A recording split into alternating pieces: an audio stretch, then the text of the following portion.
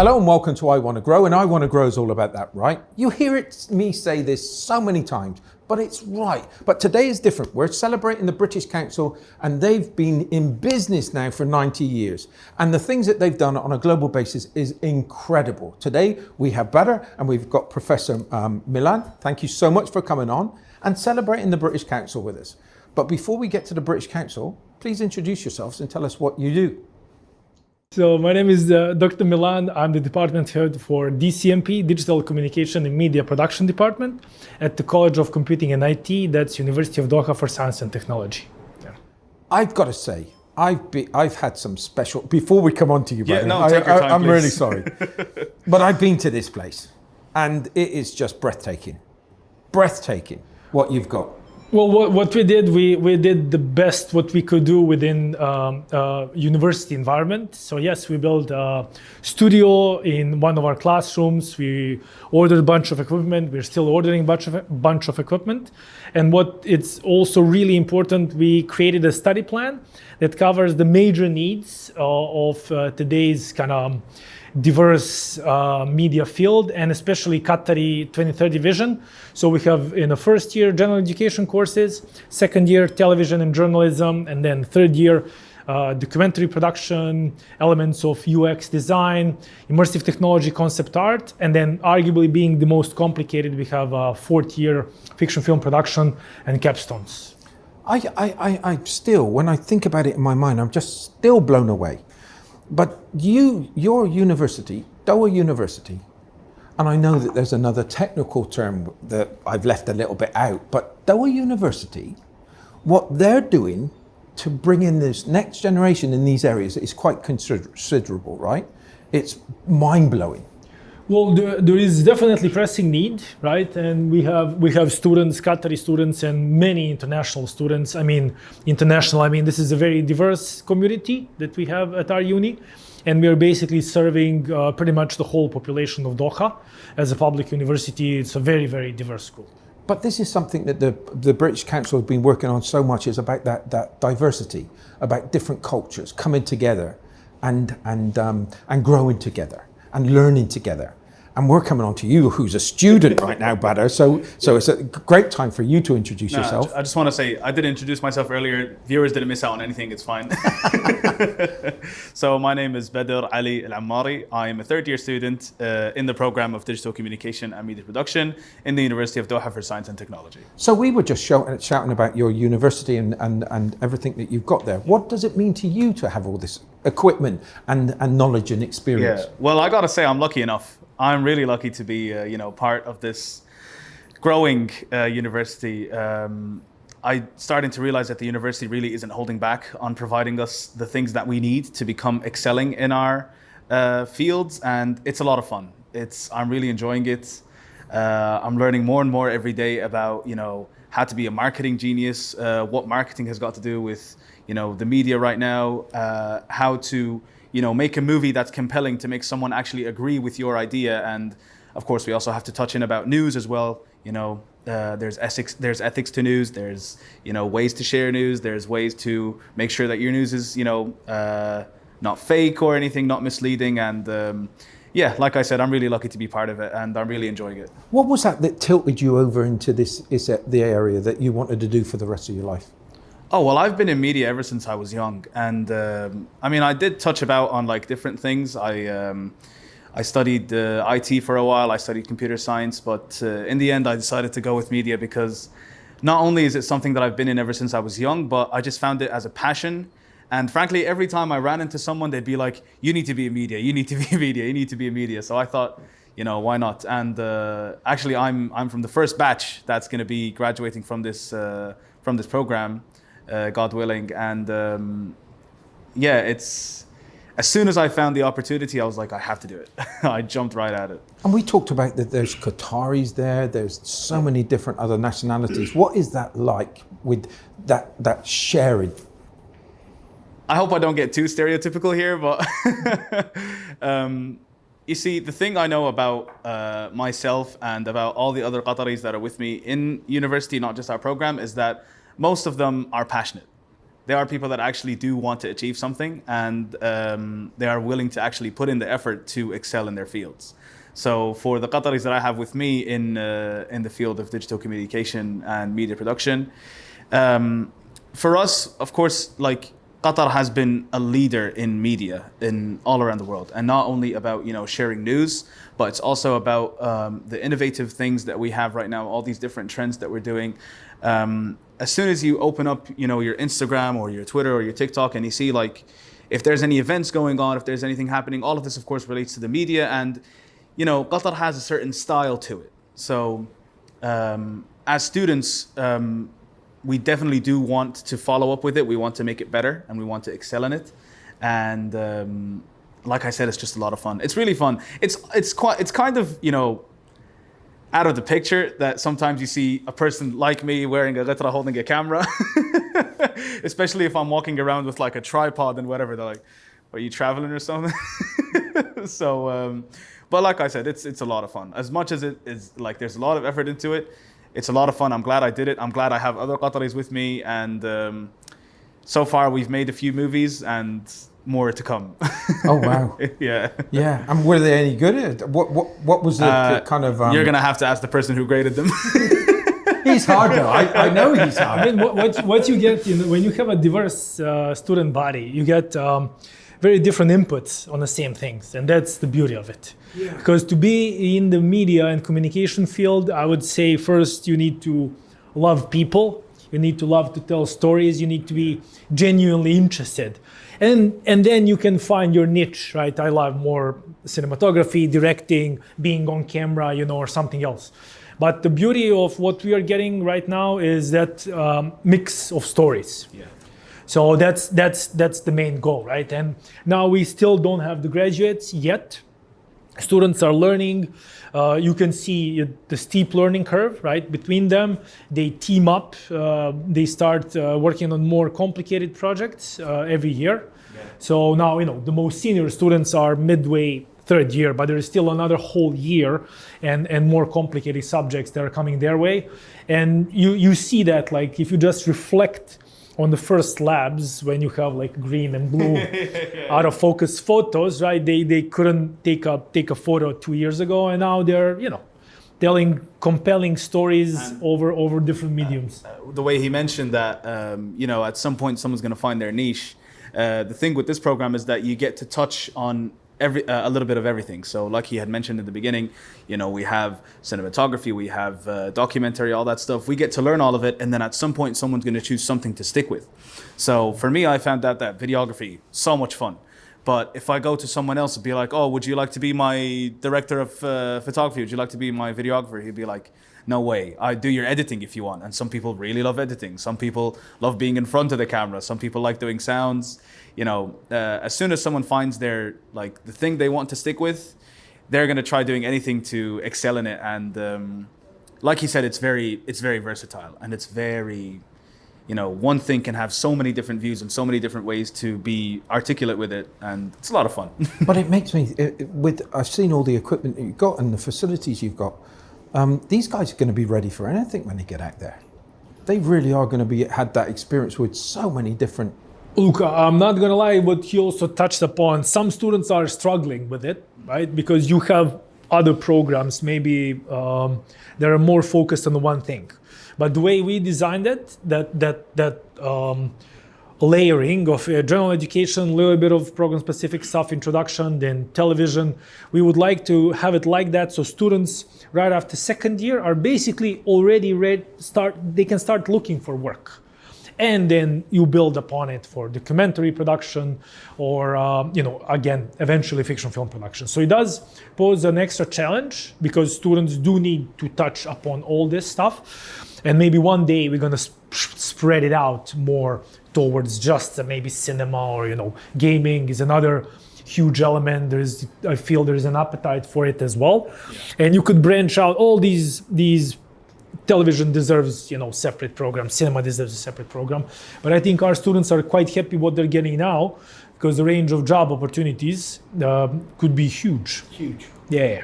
Huge. That's the final outcome. Because that's always the thing is it's supply and demand, right? And as you said, we've got one of the best media companies here with 𝗚𝘂𝗲𝘁s. Yeah. So there's always going to be plenty of jobs, and that's just only one of many.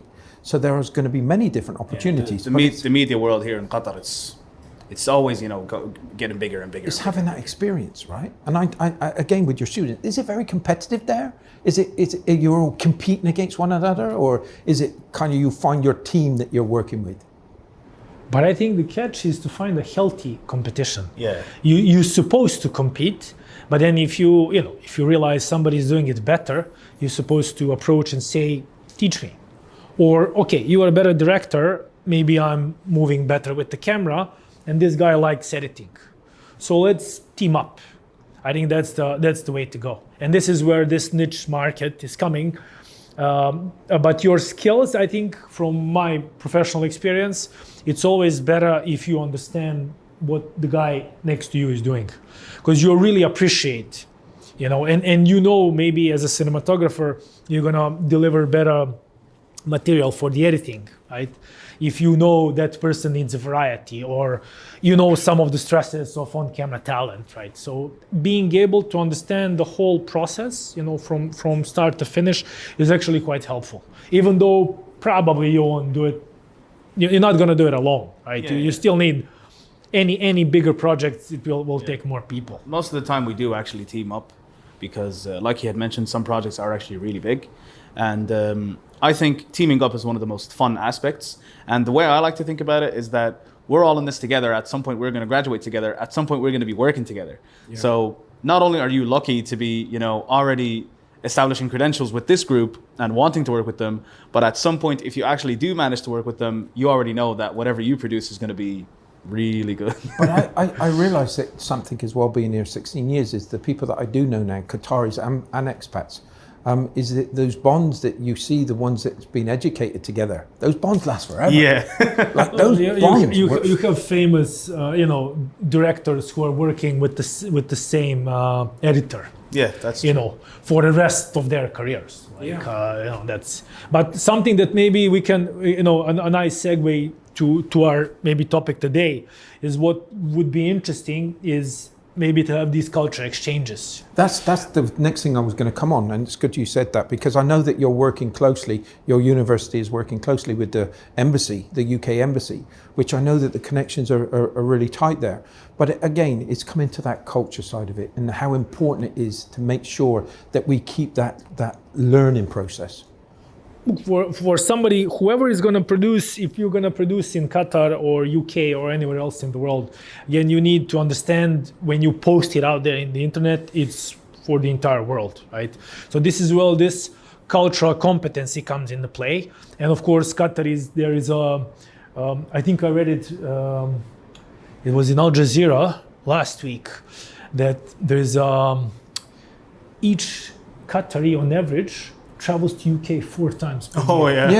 Yeah. Like more than 1 million, yeah. right? And that means some Qataris travel 20 times. Yeah, right? Yeah, So, that's true. Yeah. so finding these connections maybe with some educational institutions would be interesting because there's obviously interest already.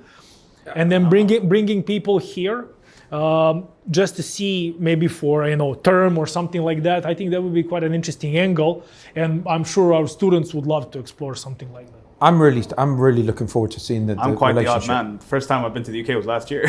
Yeah, but you were born in Ireland. I don't know if you want to call that part of UK or It's not part of the UK, and they'll be horrified if I said it was. No, they're completely different. But it's a great place. Yeah, I've been to London and Birmingham. Yeah. Okay. First time. But I know your brother. And I know if you wanted to, you can completely go into the Irish accent in an instant. All right. I guess I shall. Make this a really difficult episode for the listeners. But that's what I like about you and your brother. It's like, and you are coming from a media, I would say not a media, but also in front of the camera. Yeah. Your brother's very prolific here in Qatar. Yeah. And he's a comedian, right? He is, yeah. Do you get any of his, have you got I think you have got some of that comedian in you. People like to say it, but I don't see it really.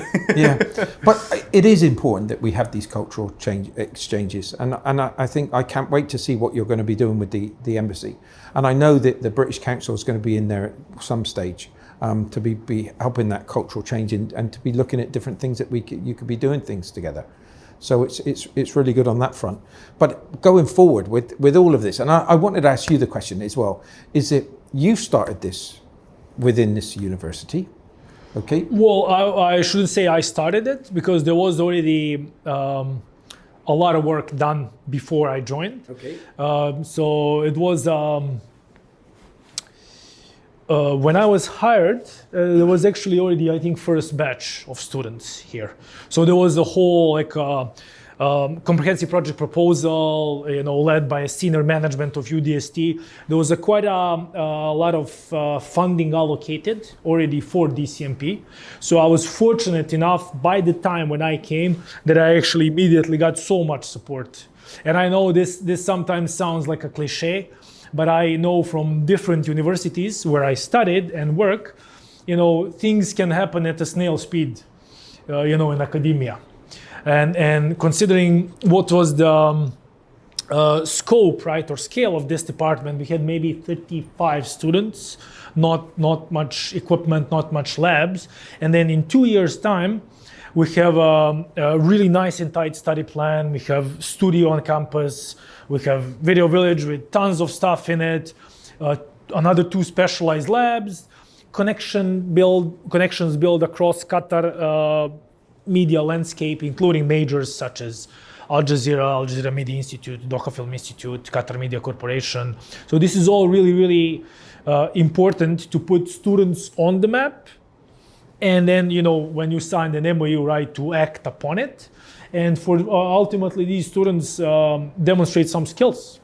But it is quite unique, as Badr says at the beginning, because this applied component is, it's really what I think what is, I guess, so attractive. Yeah. Which is why I also like to agree with the idea how you said that these students would be, ready for anything. It's because not only is it that we have to take more than one field in media, but we also have to do it. It's all applied sciences. You have to prove that you are actually able to do it. So not only are you learning how a studio works, but you have to produce your own live show. You have to learn how to work the green screen, work the cyclorama, work all the lights in the studio. And then that's only one of the things, but you also have to learn how to be a journalist. You also have to know how to do storytelling. How can you make your story so compelling that people actually want to click on it? So I say the same with the podcast. I look up and say if what I do, it's only 5% of the whole experience. Yeah. But you think at the beginning, you're the one that's going to be the host. You're the one. It's not all to do with me. It's about our guys here, right? Yeah, it's about the social media lady that works with us and the film editor. And it's all those things that actually have more percentage on whether this is a success or not. And that's where I was trying to get with this a little bit of competitiveness. And we all want to be competitive and we all want to show each other that we're there to be counted on. And that's what I like about you guys. Where I was coming with this one is that with you being and I'm going to call you the leader at the moment with this whole thing. Yeah, he's our leader, all right. Exactly. You better be right. He's coming to his last year. It's like, how do you feel that it's all gone when you look back at the times that you've got now and they've all gone through this process 1 year to go? It must be pretty rewarding. I mean, it is, because the reason why I went into academia, I wanted to do something else where my skills could be really useful, right? I spent more than 20 years in practice.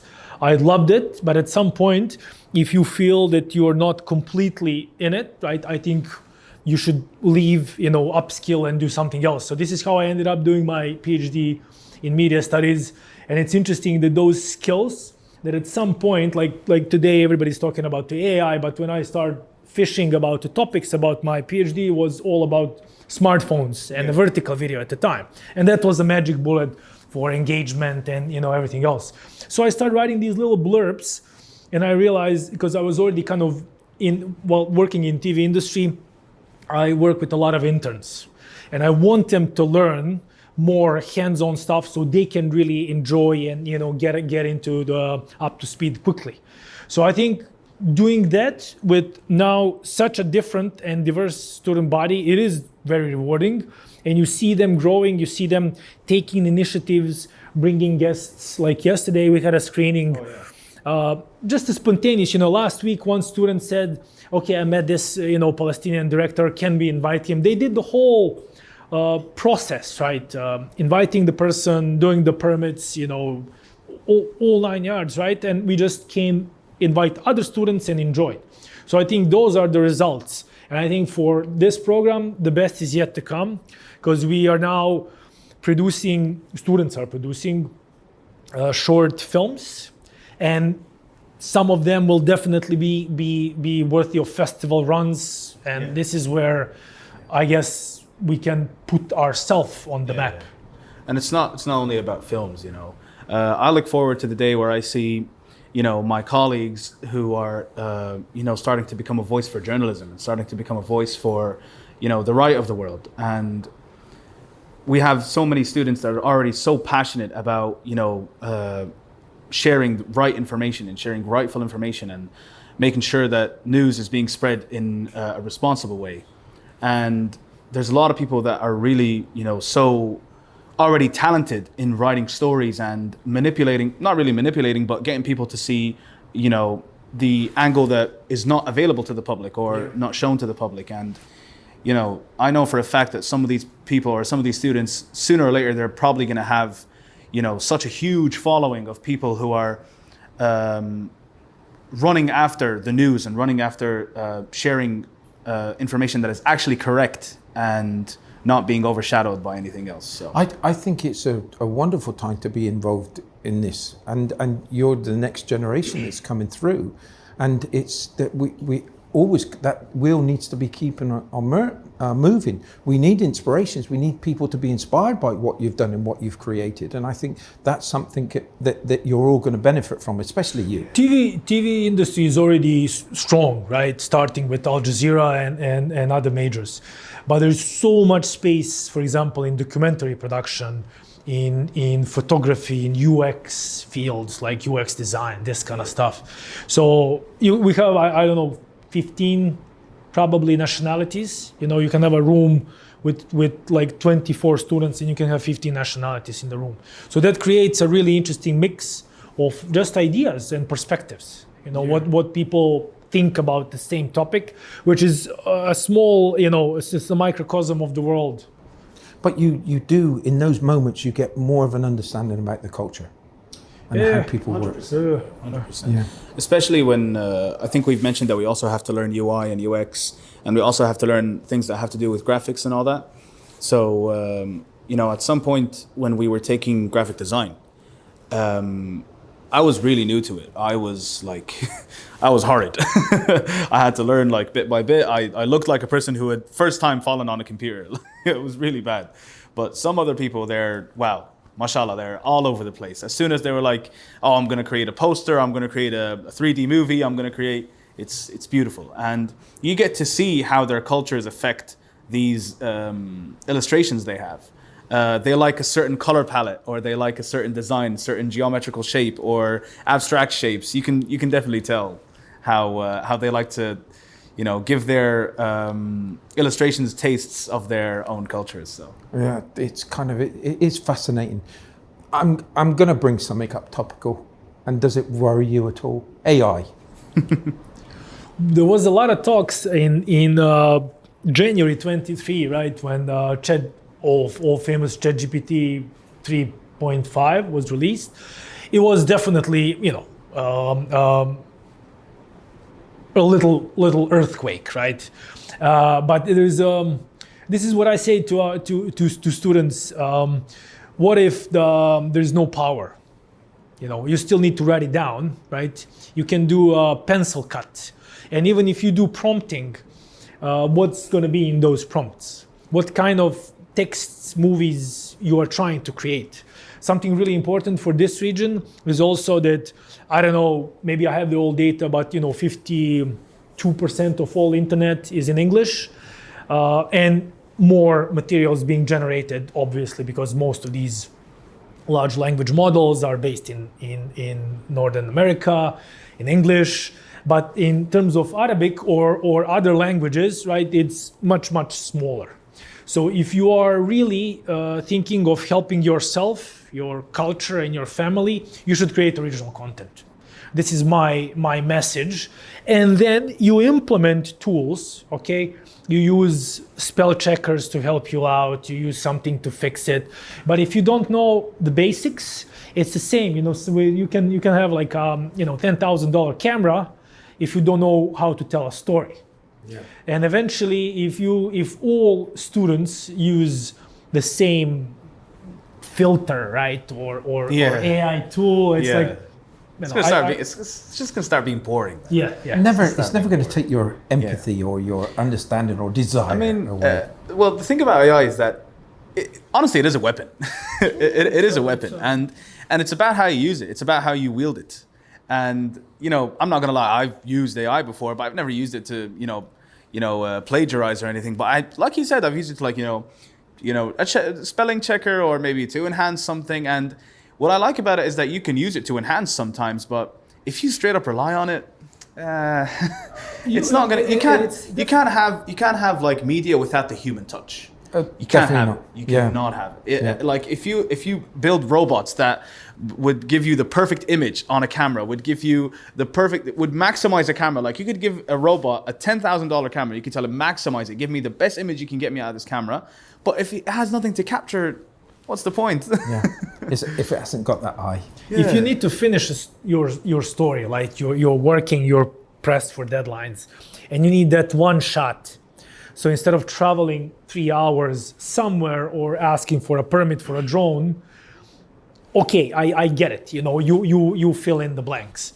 But I learned from living in different countries, right? If you don't know much about this culture, or what, again, the kind of story you're trying to say, your prompts will be shallow. Yeah. They will be like, there's no depth to it. There's even a way to write prompts. There's a certain way to learn how to write prompts with what AI you're using. I'm pretty sure you've seen the Coca-Cola advertisement that was in Christmas. Yeah. It was such a horrid ad, man. It was so bad. When I saw it, I was how could $1 billion company produce an advertisement like this?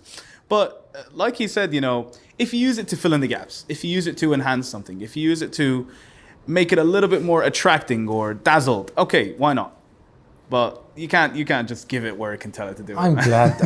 It's really nice to hear your spirit, because I think I was one of those that looked over my shoulder when I was doing ChatGPT, asking it for, is somebody watching me? Are they going to think I'm cheating?